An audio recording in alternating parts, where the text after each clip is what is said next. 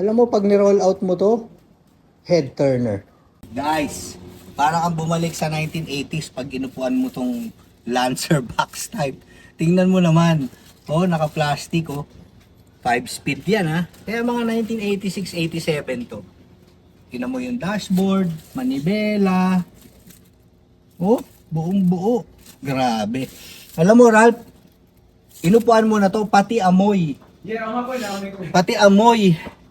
Guys, yung mga 80s, makaka-relate kayo. Pag inamoy nyo, tingnan mo yung upuan, tingnan mo yung likod, tingnan mo yung center console. Eto malupit oh. Yung stereo nito, yung pinipindot pang ganyan. Oh, di ba? Oh, yan ang malupit. Di ba? For sale to ha. Baka for sale ha. Tingnan mo yung ceiling. Oy, eto, modern LED. Guys, oh. Tingnan mo naman yan, kondisyon nito. Teka, sasara ko pinto. Putangin ng sara yan. 4G32, kompleto badge. Ayan. Stock na stock. Ilaw. Pati itong mga to, oh. Grabe naman ang kondisyon niya, no?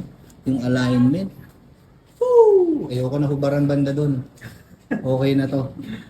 Side mirror. Wow. Diba? Box type. Wheels. Oo. Alam mo, pag ni-roll out mo to, head turner. Wow, tingnan mo naman ang kondisyon nito. Ayan sir, oh, buong buo. Yung mga salamin.